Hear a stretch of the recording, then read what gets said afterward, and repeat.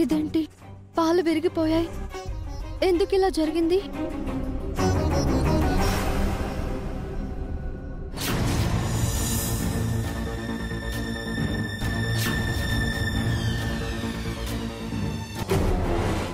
ఏమైంది వసు?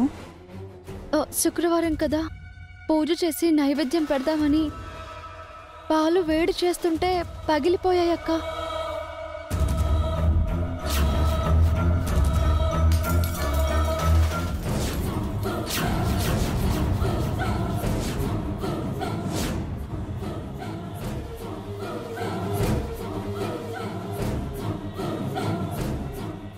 ఇదేదో అపశకునంలా ఉందక్క. ఇందాక నాకు కూడా ఒక అపశకునం జరిగింది వసు. ఏమైందక్క? స్నానం చేద్దామని టవల్ తీసుకుని వెళ్తుంటే బల్లి మీద పడింది. అయ్యో, బల్లి మీద పడటం మంచిది కాదక్క. అదే నాకు భయంగా ఉంది వసు. ఏం చెడు జరుగుతుందో ఏమోనని ఇప్పుడే స్నానం చేసి వస్తున్నాను.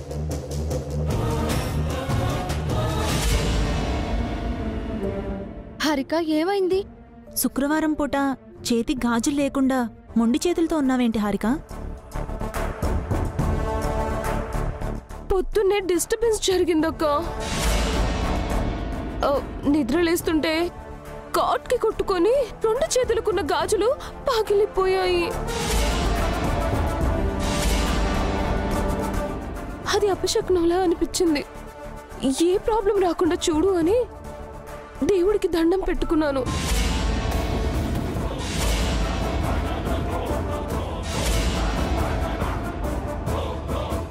ఏమైంది?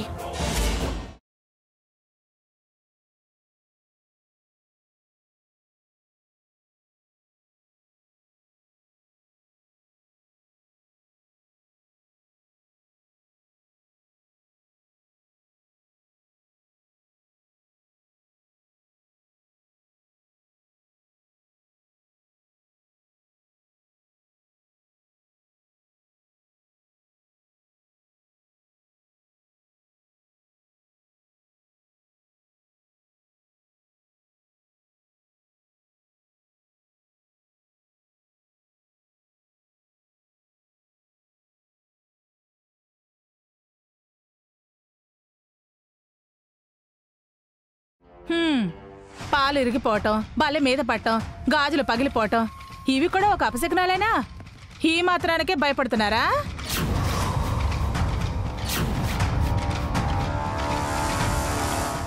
లేదమ్మా, ఒకరికి జరిగిందంటే ఏం కాదులే అని సరిపెట్టుకోవచ్చు. ముగ్గురు కోడళ్లకు అపశకునాలు జరగడం ఏంటి? ఇలా ఎప్పుడు జరగలేదు, ఇప్పుడు ఎందుకు జరిగింది? రాబోయే ఏ ప్రమాదానికో ఇది సూచనలా, సంకేతంలా ఉంది జయంతి. అదేం లేదు నాన్న, పాలు విరిగిపోవడం అనేది సర్వసాధారణం కదా, దానికెందుకు కంగారు పడ్డా? అవును నాన్న, బల్లి మీద పడితే ఏమవుతుంది? దానివల్ల స్కిన్ ఇన్ఫెక్షన్స్ రాకుండా స్నానం చేస్తాం, అంతేగా.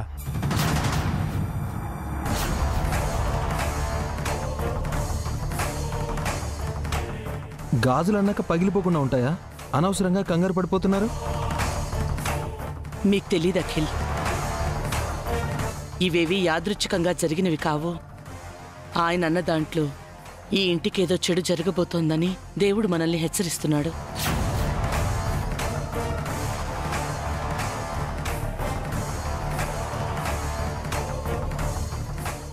నాకు మళ్ళీ పెళ్లి చేయలేదు, అంతకు మించి ఇంకేముంటుందిలే. పంతులు గారికి ఫోన్ చేసి పరిష్కారం అడగాలి. పరిష్కారం పేరుతో పూజలు చేసి పస్తులుండమంటారా ఏంటి కొంపతీసి? ఏం అక్కర్లేదనయ్యా, ఏ చెడు జరగదు. మళ్ళీ అనవసరమైన ఖర్చు దండగా.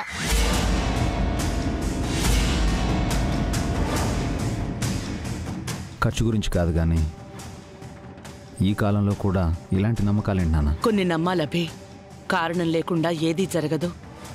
ఇది మూఢనమ్మకమమ్మా, అన్నిటినీ నమ్ముతూ పోతే ఎలా? ఏదైనా శాంతి జరిపిస్తే నష్టమేంటి? మీరు వెళ్ళి మీ పనులు చూసుకోండి, నేను దీని గురించి ఆలోచిస్తాను. నా గురించి తప్ప మిగతా అన్ని విషయాలు ఆలోచిస్తాడు మా అన్నయ్య.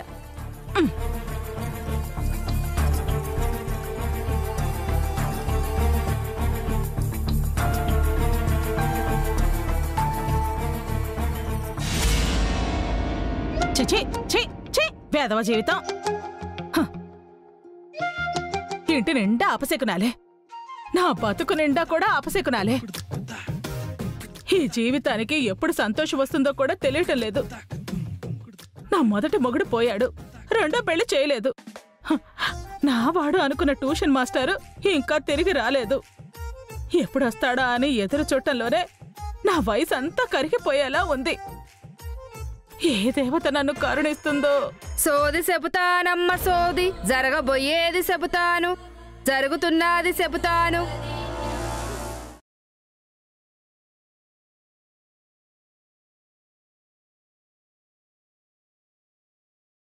ఏమ్మా సోది చెప్పించుకుంటావా? అదొక్కటే తక్కువైంది నా బతుక్కి. నీ బతుకులో ఏ గతుకులు అతుకులున్నాయో నేను చెబుతానమ్మా. నాకు తెలియకనా నువ్వు చెప్పడానికి? నా బతుకేంటో నాకు తెలుసు. ఎందుకే తల్లి అటా చిటపటలాడతావు? నీకు సుఖము లేదు, సంతోషము లేదు, సంతృప్తి లేదు. అవును, మొగుడు పిల్లలు అచ్చట ముచ్చట ఏవీ లేవు. అయినా ఏంటంటే ఇప్పుడు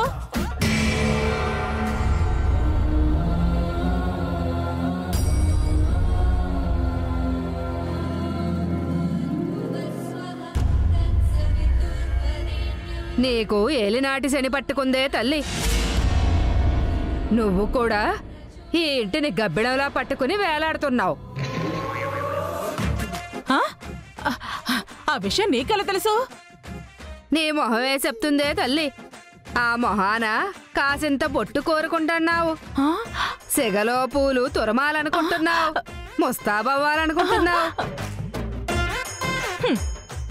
ఎన్నెన్నో అనుకుంటాం, అన్ని జరుగుతాయా ఏంటి? కొన్ని జరుగుతాయే తల్లి, కొన్ని జన్మలో జరగవు. ఈ ఇంటిని కొన్ని సమస్యలు పట్టి పీడిస్తున్నాయి, అపశకునాలు ఎదురవుతున్నాయి.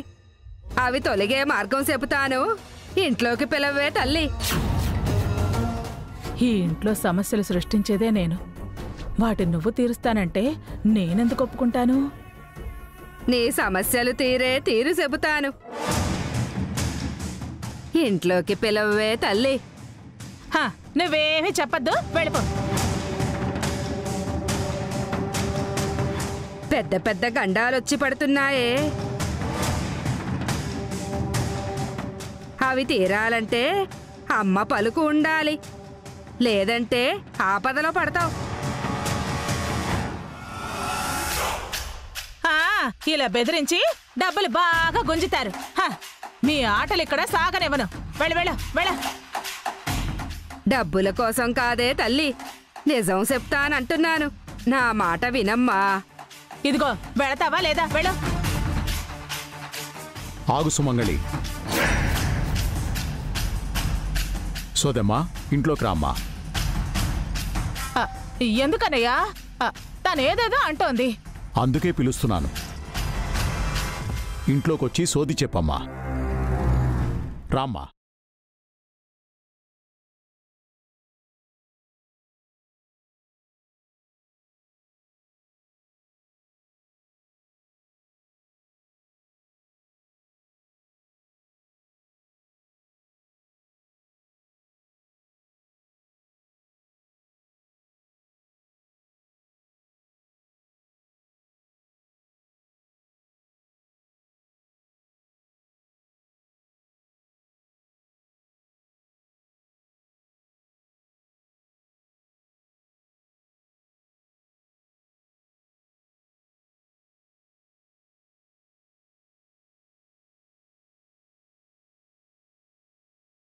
ఏంటండి సోదమ్మని తీసుకొస్తున్నారు? నేను వద్దని చెప్పానదినా, కానీ అన్నయ్యే వినకుండా తీసుకొచ్చాడు. మన ఇంట్లో జరుగుతున్న డిస్టర్బెన్స్లకి కారణం తెలుసుకోవాలి, అందుకే తీసుకొచ్చాను జయంతి.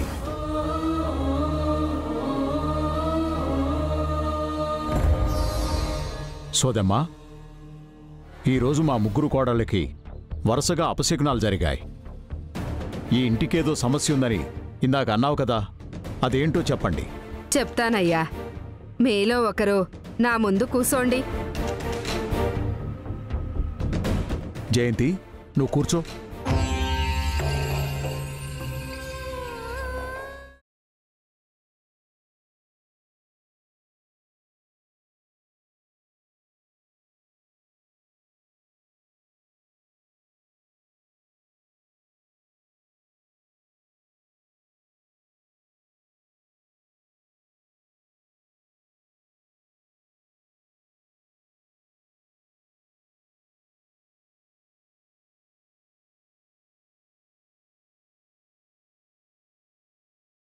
కంచి కామాక్షి, మధుర మీనాక్షి, కాశీ విశాలాక్షి, నిక్కము సప్పరే తల్లుల్లారా, సత్యము పలికించండి.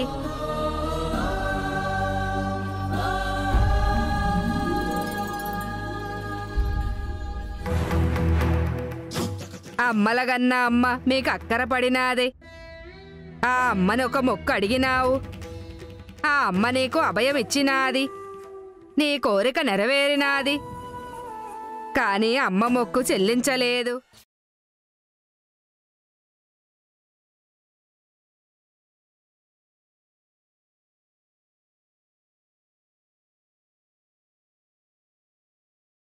చానాళ్లగా బాకీ పడినారు, అందుకే ఇన్ని గండాలు.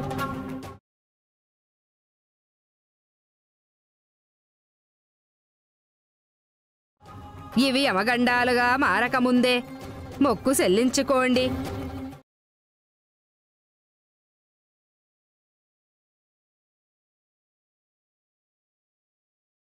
మేం మొక్కుకోవడం ఏంటి సోదమ్మా?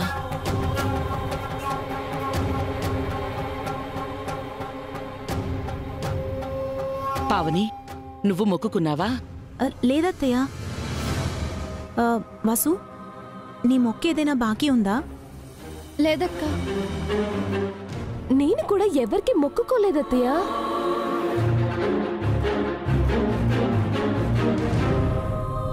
అభి, మాకెవరికి మొక్కులు మొక్కే అలవాటు లేదని నీకు తెలుసు కదమ్మా.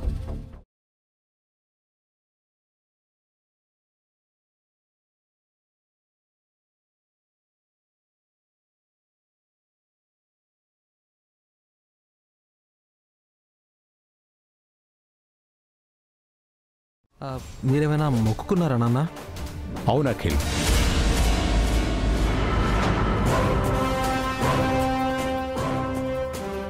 అభికి పెళ్ళైతే మన కులదేవత అంకాళమ్మ గుడికొచ్చి మొక్కు చెల్లించుకుంటానని, కడియం వేస్తానని మొక్కుకున్నాను.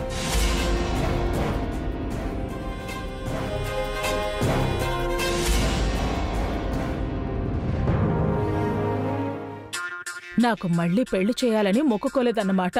స్వార్థపన్నయ్య. అంకాళమ్మ గుడికా? అంకాలమ్మ మహిమగల దేవతే తల్లి. ఆ తల్లిని నిష్టగా పూజించాలి. గుడికి బయలుదేరి మొక్కు తీర్చే వరకు ఉపవాసం ఉండాలే తల్లి. దీక్షగా పూజ చెయ్యాలా.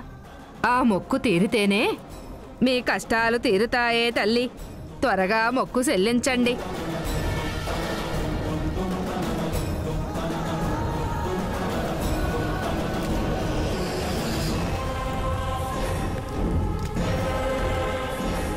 ఇంటిని చూడగానే సమస్య తట్టినాది, అమ్మే పలికించినాది. చెప్పాల్సింది చెప్పాను, ఇక పోయి వస్తానే తల్లి. పావని,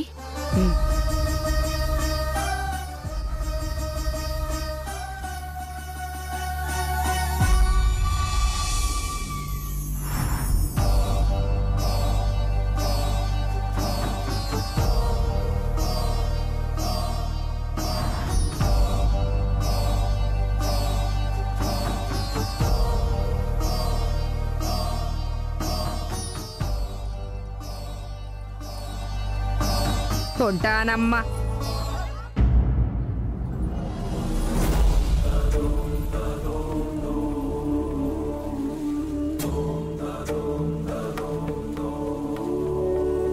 మీరు మొక్కుకోవడం ఏంటండి?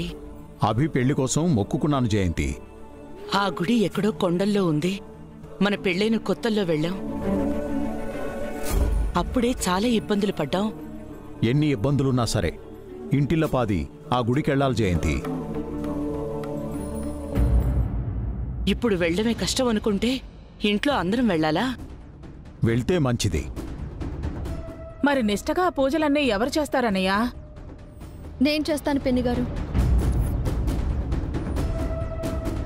ఇంటికి పెద్ద కోడలు పావనుండగా నువ్వెందుకు? అంటే మావయ్య గారు మొక్కుకుంది మా పెళ్లి గురించి కదత్తయ్య. అందుకే నేను దీక్ష పోని మొక్కు తీరుస్తాను. నువ్వు చేయడమే కరెక్టమ్మా. ఉపవాసం ఉండి పూజ చేసి అమ్మవారికి కంకణం తొడగాలి. రేపే బయలుదేరదాం. రేపే వెళ్దామా? ఇలాంటివి ఆలస్యం చేయకూడదు అభి. అంటే రేపు పనులున్నాయి నాన్న. 2 రోజులు అవన్నీ పక్కన పెట్టండి. అఖిల్, ప్రయాణానికి ఏర్పాట్లు చేయి. అలాగే నాన్న. ఏమండి, ఇంకొకసారి ఆలోచించండి. ఇంట్లో ఇన్ని జరుగుతుంటే ఇంకా ఆలోచించాలా జయంతి? నేను మొక్కుకున్నది నిజం. మొక్కు చెల్లించాలి. పూజ చేయడానికి వసు సిద్ధంగా ఉంది. ఇంకేంటి సమస్య? రేపందరం బయలుదేరాలి.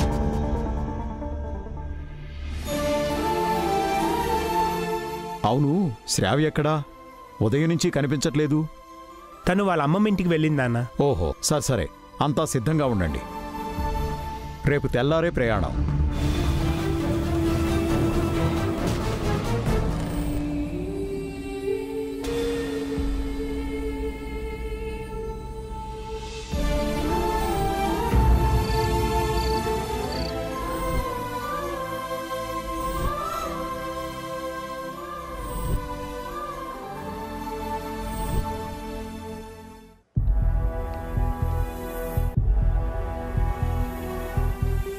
ఏంటండి, ఎక్కడో అడవిలో ఉన్న అమ్మవారి గుడికెళ్ళడమేంటి?